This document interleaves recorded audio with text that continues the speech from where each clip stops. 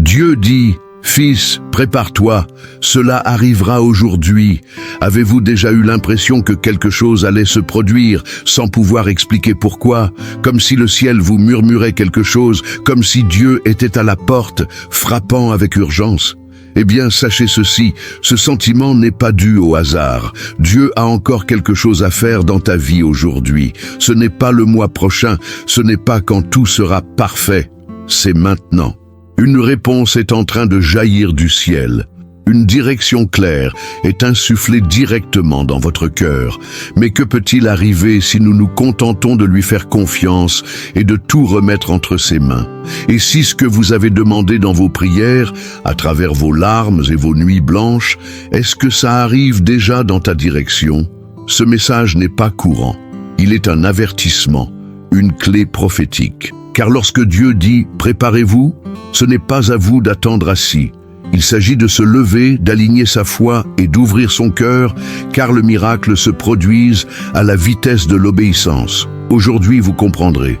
Que signifie vraiment faire confiance? La promesse de Dieu. Comment faire de la place dans votre vie pour miracles financiers? Et comment le provision divine peut arriver déguisée en défi? Si vous croyez que ce mot est pour vous, abonnez-vous à la chaîne maintenant. Activez les notifications et partagez cette vidéo avec quelqu'un qui a également besoin d'une réponse urgente de Dieu. Aujourd'hui encore, Dieu prouvera que sa promesse est plus grande que votre peur. Écrivez cette phrase dans les commentaires comme un acte prophétique. Déclarons ensemble dans les commentaires que même aujourd'hui, quelque chose de puissant va se produire. Abandon total à Dieu. Avez-vous déjà essayé de porter le monde sur vos épaules, pensant devoir tout gérer? Jusqu'à présent, vous avez peut-être vécu comme si tout dépendait exclusivement de vos efforts, de votre intelligence et de votre volonté. Mais la vérité est la suivante. Il arrive un moment où l'âme crie au soulagement. Et ce soulagement n'arrive que lorsque nous remettons tout à Dieu. S'abandonner totalement à Dieu n'est pas un signe de faiblesse. C'est le plus grand acte de confiance que l'on puisse faire. C'est dire, « Père, je ne sais pas quoi faire, mais je sais que toi, tu le sais. » Lorsque nous cessons de lutter par nos propres forces et que nous faisons confiance à la direction de Dieu, quelque chose change. L'anxiété commence à s'estomper, la peur s'atténue, la paix nous envahit. Ce véritable abandon se produit lorsque, en secret, vous parlez à Dieu comme à un père aimant. Cela peut être sous la douche, lors d'une promenade tranquille, ou même au milieu de la nuit, lorsque personne ne voit vos larmes. C'est dans ces moments-là que vous mettez vos soucis sur la table. Le chômage, la douleur d'un deuil, les problèmes financiers, un mariage fragile. Et alors vous dites, « Seigneur, je te donne tout cela. J'ai confiance en toi. » C'est là que le ciel bouge. Parce que la présence de Dieu n'agit pas en contrôle, mais plutôt en soumission, transformation spirituelle. Cela commence dès que vous reconnaissez que sa voix est meilleure. Et savez-vous ce qui est le plus beau? Il n'attend pas que vous soyez parfait pour vous accueillir. Il désire votre cœur sincère, même s'il est fatigué, même s'il est blessé. Si vous souhaitez poser un geste concret, commencez dès aujourd'hui par une simple prière. Seigneur, je remets ma vie entre tes mains. Apprends-moi à vraiment te faire confiance. Écrivez-la sur une feuille de papier. Glissez-la dans une petite boîte pour vous en souvenir. Tout est entre les mains de Dieu. Et chaque fois que vous essayez de reprendre le contrôle, relisez-le. Cette livraison sera la première étape vers tout ce qui vient ensuite. Promesse de restauration et de guérison. Avez-vous déjà remarqué qu'à l'extérieur, nous pouvons dissimuler nos émotions, mais qu'à l'intérieur, certaines parties de notre cœur semblent en ruine? Des blessures du passé, d'anciens rejets, des blessures jamais complètement guéries. Parfois, nous avançons, mais avec des fissures dans notre âme qui nous empêchent de vivre pleinement. Et c'est précisément là que ça se passe. La promesse de Dieu entre en action. Il a promis de restaurer. Il a promis de guérir. Restauration, l'œuvre de Dieu, n'est pas une transformation esthétique. Ce n'est pas un maquillage spirituel. C'est une transformation profonde. Il ne vient pas seulement réparer ce qui est brisé, mais tout renouveler. Ce que l'ennemi a tenté de détruire, Dieu le reconstruit avec encore plus de beauté. Cette déception que vous pensiez devoir vous détruire peut devenir le point de départ de votre propre vie. Transformation spirituelle plus puissante de votre vie. Mais la guérison fait mal. Et c'est là que beaucoup abandonnent. Car parfois, pour guérir, il faut affronter la douleur. Ouvrir le coffre de ses souvenirs, libérer le pardon, laisser Dieu toucher des zones que l'on préfère ignorer. Mais dans ce processus, il ne vous laisse jamais seul. Présence de Dieu, il marche avec toi, un pas après l'autre. Il essuie chaque larme, restaure chaque morceau brisé, murmure de l'espoir, là où il n'y avait que le silence. Peut-être que votre famille est en ruine. Peut-être que votre cœur est endurci par tant de promesses non tenues.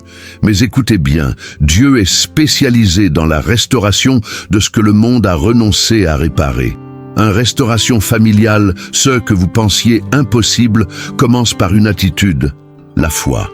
Croyez qu'il guérit encore, qu'il accomplit encore l'impossible. Voulez-vous faire le premier pas? Écrivez une lettre à Dieu aujourd'hui en lui disant ce qui vous fait le plus mal. Parlez-lui comme si vous vous confiez à un ami fidèle. Vous serez surpris du soulagement que cela vous apportera. Le processus de guérison a déjà commencé et la promesse de restauration est en cours. Transformation spirituelle. La plupart des gens souhaitent changer de vie, mais rares sont ceux qui sont prêts à changer d'état d'esprit. Et c'est là que réside le secret. Il n'y a pas de véritable changement à l'extérieur sans une transformation à l'intérieur. Une transformation spirituelle, c'est le tournant. C'est quand on cesse de simplement connaître Dieu et qu'on commence à le connaître vraiment, de près, intimement. Cette transformation ne se produit pas en un clin d'œil. Elle commence par une agitation, un désir de sortir de la routine, de ne pas se contenter d'une foi superficielle, de la messe du dimanche et des prières avant de se coucher. C'est cette soif de vivre quelque chose de plus profond, de plus vrai. C'est comme si votre esprit vous disait « Je suis né pour plus que ça ». Et savez-vous ce qui est le plus beau? Dieu exauce ce désir. Quand on lui donne de l'espace, il entre. Il enlève ce qui n'est plus utile. L'orgueil, l'ego, la vanité spirituelle, la religiosité vide. Et il implante de nouvelles choses, la compassion, le discernement, la paix véritable. Présence de Dieu commence à se manifester dans les petites choses. Même les conversations changent, les pensées changent, les choix commencent à avoir un autre poids. La promesse de Dieu est claire. Je changerai ton cœur de pierre en un cœur de chair. Ce n'est pas une jolie métaphore, c'est une réalité spirituelle. Lorsque votre âme est touchée par Dieu, vous cessez d'être réactif aux circonstances et commencez à être guidé par des convictions ancrées dans le ciel. Une foi inébranlable commence à se consolider, non pas parce que tout va bien, mais parce que vous comprenez que Dieu a le contrôle même lorsque tout semble aller mal. Concrètement, commencez à nourrir votre esprit. Lisez les proverbes pendant 7 jours, puis passez aux évangiles. Choisissez une musique qui nourrit votre foi. Posez des questions à Dieu. Ayez des conversations honnêtes avec lui. La transformation ne vient pas des règles, elle vient de la relation. Et lorsque cette relation grandira, vous ne serez plus jamais le même, car là où il y a le feu de l'esprit, il y a renaissance, liberté financière et providence divine. Beaucoup pensent qu'il est mal de parler d'argent et de foi en même temps. Mais la vérité est que Dieu n'a jamais voulu que ses enfants vivent dans les dettes, l'inquiétude et le manque. Au contraire, la Bible est pleine de promesses concernant la provision, la récolte et l'abondance. Et c'est de cela que nous devons parler avec clarté et foi. Une liberté financière, ça ne commence pas à la banque, ça commence dans la tête. C'est quand on comprend que notre source n'est ni notre salaire, ni le gouvernement, ni les petites manigances qui nous viennent de temps en temps. Notre source, c'est le ciel, et le ciel ne connaît jamais de crise. Provision divine, cela arrive de manière inattendue, mais c'est constant pour ceux qui marchent avec obéissance et honneur. Mais ne vous y trompez pas. Cette libération exige une prise de position. Dieu ne donne pas de ressources à ceux qui les gèrent sans discernement. Peut-être devriez-vous revoir vos habitudes, réduire le gaspillage, cesser de vous comparer, apprendre la gestion biblique. Tout cela fait partie du processus. Et oui, c'est aussi spirituel, car l'argent révèle où est notre cœur. Je connais des histoires vraies de personnes qui croulaient sous les dettes, sans espoir, et qui, après un simple acte de don, payaient fidèlement leurs dîmes, bénir quelqu'un avec le peu qu'ils avaient, prier en déclarant leur la promesse de Dieu. J'ai vu des portes s'ouvrir de façon surnaturelle, car Dieu honore la foi accompagnée d'action. Envie de vous lancer? Prenez un carnet financier avec Dieu, notez toutes vos entrées et sorties, priez avant de prendre des décisions financières. Déclarez chaque jour: ma provision vient du ciel, aucune dette n'est plus grande que le Dieu que je sers. Et chaque jour, ayez confiance, le miracle peut être dans un appel, un contrat, une idée, une connexion divine. Vous n'êtes pas né pour vivre limité, vous êtes né pour vivre libre, y compris financièrement. Une foi et une confiance inébranlables dans le dessein divin. La vérité, c'est qu'il est facile de garder la foi quand tout va bien. Le véritable défi commence lorsque les prières semblent sans réponse, lorsque le silence de Dieu résonne plus fort que le bruit du monde, lorsque les projets que vous aviez élaborés s'effondrent. C'est alors que une foi inébranlable se forge, non pas dans de belles paroles, mais dans la douleur, dans le désert et dans l'attente. Dieu n'a jamais promis un chemin sans obstacle, mais il a promis d'être avec vous à chaque étape. La promesse de Dieu, elle, ne change pas malgré les changements de circonstances. Elle demeure ferme, même lorsque tout autour d'elle suggère le contraire. Quand on comprend cela, on commence à avancer avec une confiance sereine, presque étrange. Ce n'est pas un déni de réalité, c'est la certitude qu'un plan supérieur est à l'œuvre. Et oui, il y en a un dessein divin pour votre vie. Ce n'est pas un cliché, c'est le destin. Parfois, les difficultés que vous rencontrez aujourd'hui préparent quelque chose de plus grand. La porte qui s'est fermée vous a peut-être sauvé de quelque chose que vous n'auriez jamais imaginé. La douleur qui vous accable aujourd'hui pourrait devenir votre témoignage le plus puissant demain. Dieu voit la situation dans son ensemble. Nous n'en voyons que des morceaux. Envie d'une pratique simple? Chaque jour, notez une chose sur laquelle vous croyez que Dieu travaille, même si vous ne la voyez pas. Cela peut concerner votre mariage, vos finances, votre santé ou même votre foi. Dites-le à voix haute. C'est dans cet exercice quotidien qu'une foi inébranlable, il prend du muscle. Et plus on fait confiance à Dieu, moins on est ébranlé par ce que le monde nous révèle. Peu importe ce qui se passe maintenant, si Dieu vous a fait une promesse, il l'accomplira lui-même. Peut-être pas à votre époque, peut-être pas de la manière dont vous l'espériez, mais ce sera toujours mieux que ce que vous auriez pu imaginer. Miracle financier et prière exaucée. Avez-vous déjà prié pour quelque chose de si dur que vous aviez l'impression que votre cœur battait plus fort que vos paroles? Avez-vous déjà pleuré en disant « Seigneur, seul ton miracle peut me sortir de là ». Si oui, sachez ceci, aucune prière sincère n'est ignorée, aucune larme ne tombe en vain. Quand vous priez avec foi, le ciel vous écoute. Et quand le ciel vous écoute, l'impossible commence à bouger. Le miracle financier, cela n'arrive pas seulement à ceux qui gagnent à la loterie ou reçoivent un héritage inattendu. Cela se manifeste aussi lorsqu'une dette est inexplicablement annulée, lorsqu'une nouvelle opportunité surgit de nulle part, lorsque ce qui était rare devient suffisant. C'est ainsi que Dieu œuvre, dans les détails, dans le secret, dans la surprise. Mais pour vivre ce miracle, il faut plus que demander. Il faut croire même quand tu ne vois pas encore, et de cela, avouons-le, n'est pas facile. Souvent, nous prions un jour et doutons le lendemain. Cependant, réponse à la prière vient au bon moment. Dieu n'agit pas à la hâte, mais avec perfection. Il répond lorsqu'il sait que le miracle sera non seulement une bénédiction, mais aussi une transformation. Peut-être êtes-vous las d'attendre. Peut-être avez-vous même cessé de prier pour cette cause. Mais aujourd'hui, voici l'invitation. Recommencez à parler à Dieu de ce que vous avez mis de côté. Priez à nouveau. Demandez avec audace, non pas par crainte de déranger, mais avec la certitude que vous parlez à votre Père, et à un Père qui aime, qui écoute, et à un Père qui écoute, qui répond. Essayez d'écrire votre demande la plus urgente sur un morceau de papier. Mettez-la dans une enveloppe et écrivez à l'extérieur, propriété de Dieu. Conservez-la dans un endroit spécial et priez pour elle chaque semaine. Et quand le miracle se produira, car il se produira, revenez et dites « Seigneur, tu m'as entendu, et je ne douterai plus jamais. » Parce que le ciel ne se ferme pas pour ceux qui prient avec foi. Nouveau départ et victoire sur le passé. Chacun a un passé. Certains passages sont racontés avec fierté. D'autres, nous préférons les cacher, même à nous-mêmes. Mais ce que peu comprennent, c'est que Dieu n'est pas lié à ce que nous étions. Il est le Dieu des nouveaux commencements, du recommencement à zéro, des pages blanches. Avec lui, chaque jour peut être un nouveau chapitre.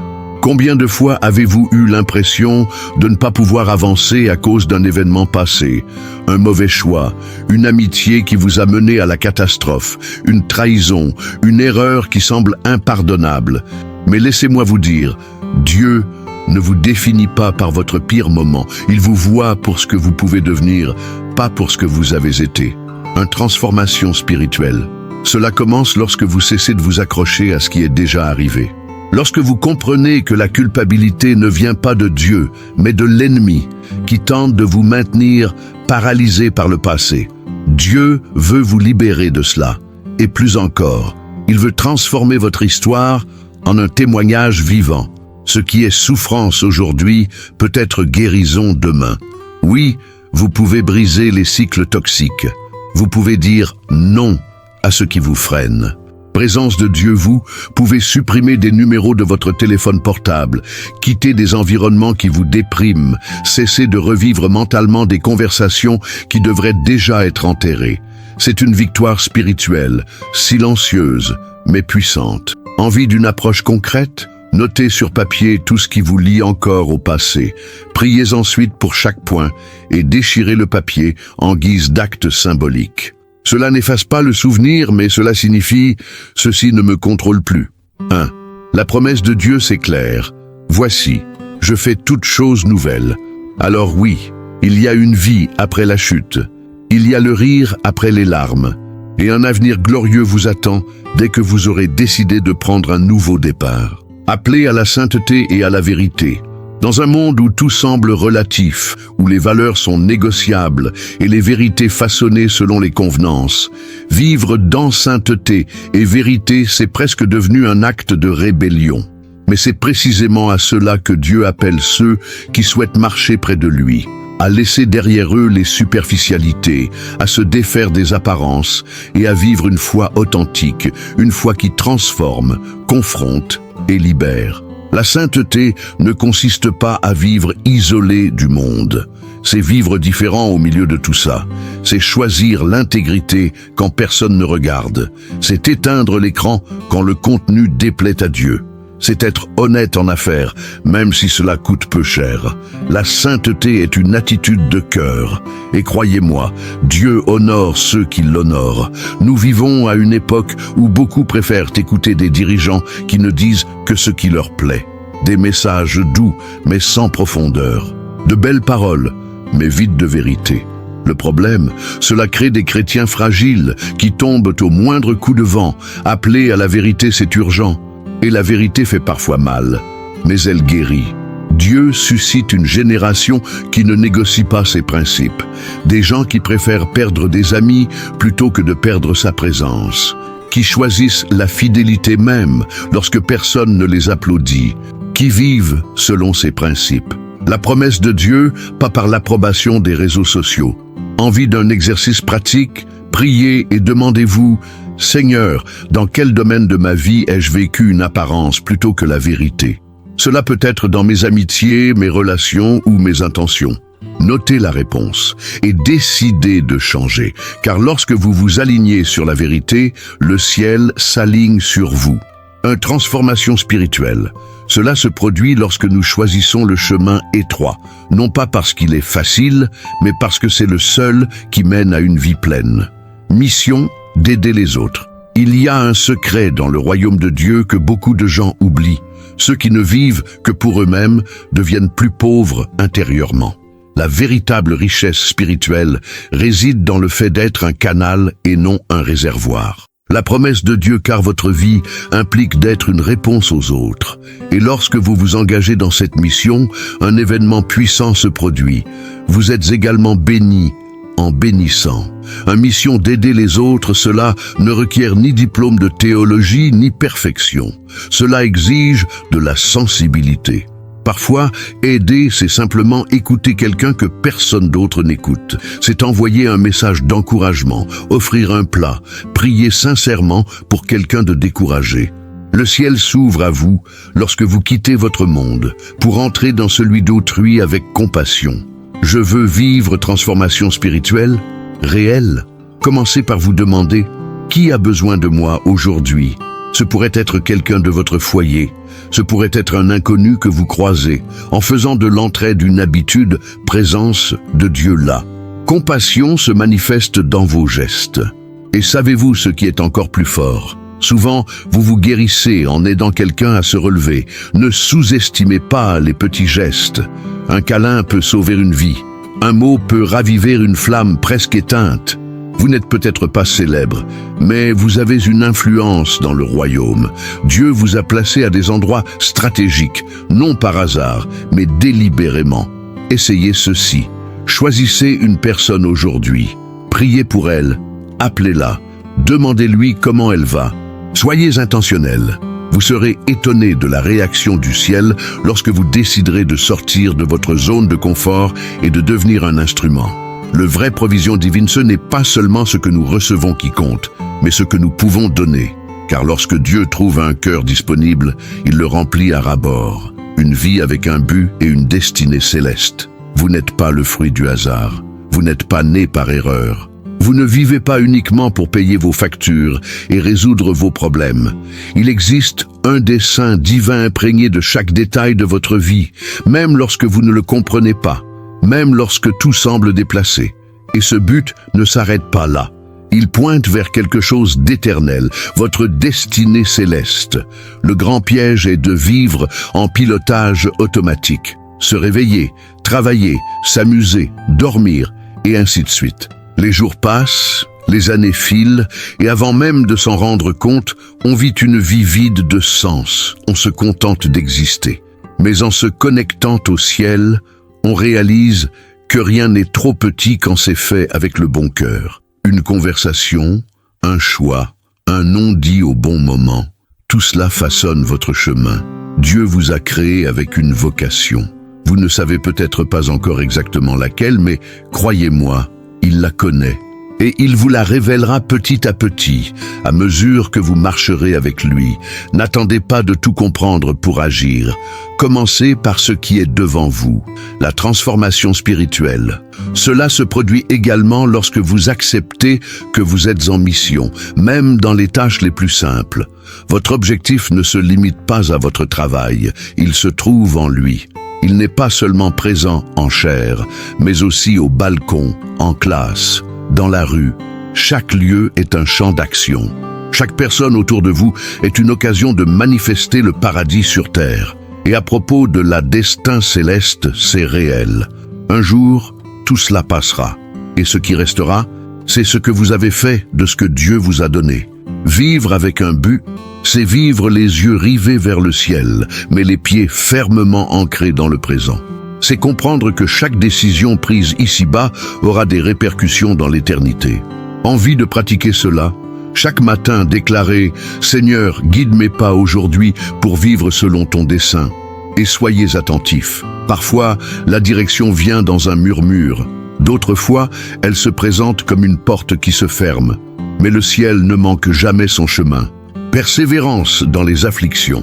Avez-vous déjà eu l'impression d'être au bord du gouffre, comme si vous luttiez, priez, essayiez, mais que rien ne semblait changer?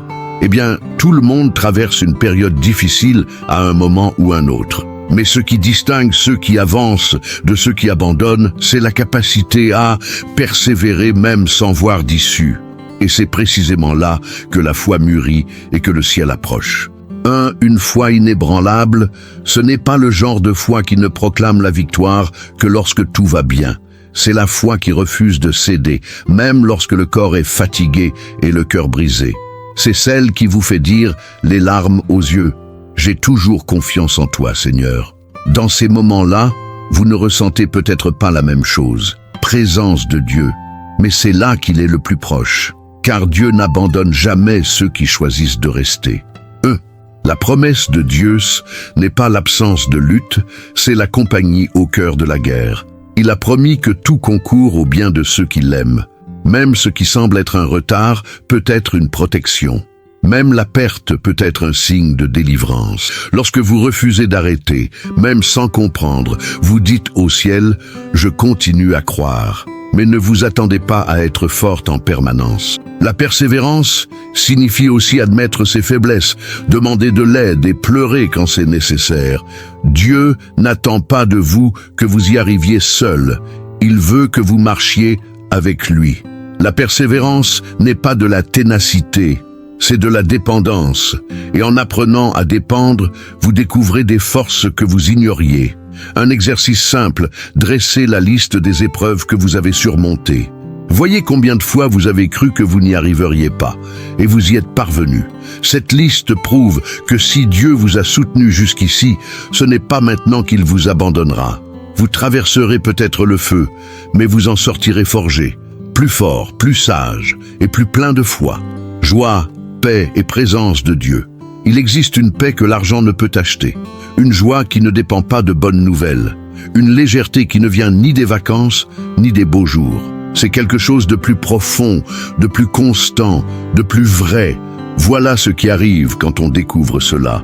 Présence de Dieu est votre plus grand trésor, et là où il est, rien d'autre n'a besoin d'avoir de sens. Peut-être attends-tu que la vie se calme pour enfin trouver la paix. Tu penses peut-être que tu ne seras heureux que lorsque ce rêve se réalisera, que cette personne changera, que les factures seront payées.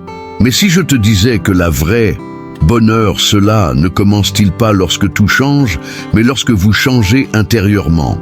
1. La promesse de Dieu, c'est clair. Je vous donne ma paix, pas comme le monde la donne. Cela signifie que même dans le chaos, il est possible d'avoir un cœur serein. Même dans les moments difficiles, il est possible de sourire. Non pas un sourire forcé, mais le sourire de quelqu'un qui a confiance. De quelqu'un qui sait que, malgré tout, Dieu est présent. Et quand il est présent, l'âme respire. Envie de cultiver cela ?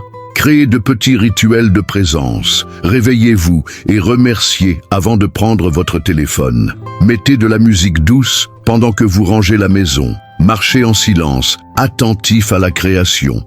Lisez un psaume à voix haute et remarquez comment il transforme l'environnement. C'est dans ces moments simples que transformation spirituelle, ça arrive. Ne sous-estimez pas le pouvoir de vivre avec légèreté, de ne pas porter de fardeaux qui ne vous appartiennent pas, de choisir la paix même quand tout vous appelle au désespoir. Une foi inébranlable se manifeste souvent ainsi, dans un cœur qui a confiance et qui se repose. Car au final, ce dont nous avons le plus besoin, c'est de lui. Et quand il est présent, tout s'apaise. Appel à la prière et à la vie dévotionnelle. Connaissez-vous ce moment de la journée où tout semble s'arrêter? Le monde continue de tourner, les engagements sont toujours là, mais vous ressentez le besoin de vous déconnecter de tout pour vous connecter à l'essentiel? C'est l'appel, une invitation quotidienne de Dieu à un lieu secret, intime et sacré, prière et vie dévotionnelle. La prière n'est ni un rituel froid, ni un discours appris par cœur. C'est une conversation, un pont direct entre le ciel et votre cœur. Elle n'a pas besoin d'être longue, ni pleine de belles paroles. Elle doit être sincère. La prière est là où vos larmes sont comprises sans sous-entendu, où vos silences ont un sens et où présence de Dieu répond même à ce que vous ne savez pas demander. Et à vie dévotionnelle, c'est la nourriture de l'âme. C'est lire la parole avec un désir ardent de direction. C'est écrire des versets qui parlent directement au cœur. C'est réserver des minutes dans la journée pour dire « Parle-moi, Père, je t'écoute ». Lorsque cette habitude s'installe dans votre routine, tout change, transformation spirituelle. Cela ne se produit pas lors de grands événements, mais dans les moments calmes de dévotion quotidienne. Vous n'êtes pas obligé de commencer par 1 heure à genoux. Commencez par 5 minutes. Lisez un psaume. Dites ce que vous ressentez. Écoutez un chant qui vous rapproche du ciel. Tenez un carnet de prières. Notez vos requêtes, vos remerciements et vos réponses. Avec le temps, vous remarquerez. Votre foi deviendra plus forte, votre esprit plus léger, votre cœur plus sensible. Le dessein divin, la prière, se révèle au cœur de la constance. Et plus on cherche Dieu, plus il se révèle. Non pas parce qu'il se cache, mais parce que l'intimité exige une intention. La prière n'est pas un dernier recours, c'est la première étape. Et ceux qui prient ne sont jamais seuls. Voulez-vous entendre Dieu parler? Alors ouvrez votre cœur et les oreilles de votre âme. Promesse éternelle et victoire garantie. Avez-vous déjà pensé que les promesses de Dieu n'ont pas de date d'expiration? Qu'il ne change pas d'avis selon les circonstances ou vos actions? Contrairement à tout ce qui est temporaire en ce monde, les promesses de Dieu sont promesses éternelles. Les promesses de Dieu sont fermes, sûres et immuables. Et quand il dit que la victoire est à toi et garantie, ce n'est pas si, c'est quand. Le problème, c'est que nous vivons à une époque où tout est instantané. Si quelque chose n'arrive pas immédiatement, nous pensons qu'il a été oublié. Mais Dieu n'agit pas dans la précipitation. Il agit avec un objectif précis. Pendant que vous attendez, il façonne. Pendant que vous priez, il prépare. Et quand le moment arrive, rien ni personne ne peut l'arrêter. Une victoire garantie, ce que Dieu promet ne signifie pas qu'il n'y aura pas de bataille. Cela signifie qu'à la fin, vous gagnerez. Il y aura peut-être des chutes, des larmes, des nuits difficiles, mais tout cela fait partie du processus qui forge là une foi inébranlable.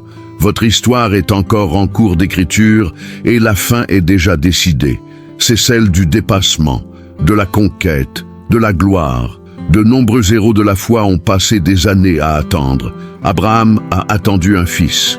Joseph a attendu d'être libéré de prison. David a attendu le trône. Mais tous ont trouvé leur voie, non par chance, mais par la promesse. Et le même Dieu qui a accompli sa promesse dans leur vie accomplira le vôtre. Voulez-vous renforcer votre confiance en cela? Notez toutes les promesses bibliques qui vous touchent. Lisez-en une chaque jour et déclarez à voix haute « Je crois cela ». Gardez-les pour vous rappeler que le ciel ne ment pas. Dieu n'est pas un homme pour échouer. Vous êtes peut-être en pleine période de semis, mais la récolte approche. Et lorsqu'elle viendra, vous comprendrez que l'attente, la confiance et la persévérance valaient la peine. Car lorsque Dieu promet, rien ne peut empêcher la conformité. Richesse spirituelle versus apparence extérieure.